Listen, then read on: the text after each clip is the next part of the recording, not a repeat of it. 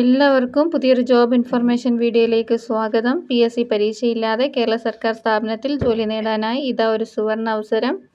Kerala infrastructure investment fund ബോർഡിലാണ് അവസരമുള്ളത്. CMD മുഖേനയാണ് നിയമനം നടക്കുന്നത്. യോഗ്യരായ ഉദ്യോഗാർത്ഥികൾ ഓൺലൈനായാണ് അപേക്ഷ സമർപ്പിക്കേണ്ടത്.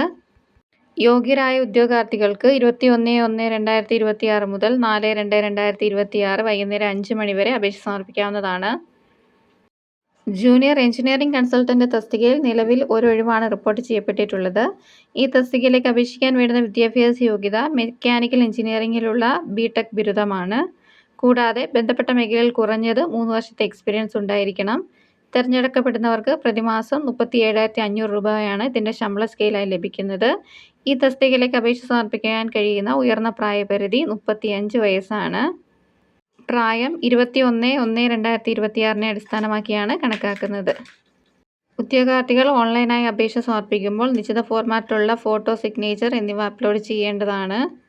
അപേക്ഷ സമർപ്പിക്കാൻ ആഗ്രഹിക്കുന്ന ഉദ്യോഗാർത്ഥികൾ വിശദമായി നോട്ടിഫിക്കേഷൻ വായിച്ചു നോക്കിയ ശേഷം മാത്രം അപേക്ഷ സമർപ്പിക്കുക. ഭാഗികമായി പൂരിപ്പിച്ച അപേക്ഷകളും തെറ്റായ അപേക്ഷകളും റിജക്റ്റ് ആകുന്നതാണ്. ഉദ്യോഗാർത്ഥികൾ നിശ്ചിത വിദ്യാഭ്യാസ യോഗ്യത നേടിയ ശേഷമുള്ള എക്സ്പീരിയൻസാണ് ഈ തസ്തികയിലേക്ക് പരിഗണിക്കപ്പെടുന്നത്. ഉദ്യോഗാർത്ഥികൾക്ക് സെൻറ്റർ ഫോർ മാനേജ്മെൻറ്റ് ഡെവലപ്മെൻറ്റിൻ്റെ ഒഫീഷ്യൽ വെബ്സൈറ്റിലൂടെ ഓൺലൈനായി അപേക്ഷ സമർപ്പിക്കാവുന്നതാണ്. ഓൺലൈൻ അപേക്ഷ സമർപ്പിക്കേണ്ട അവസാന തീയതി 4/2/2026 ആണ്.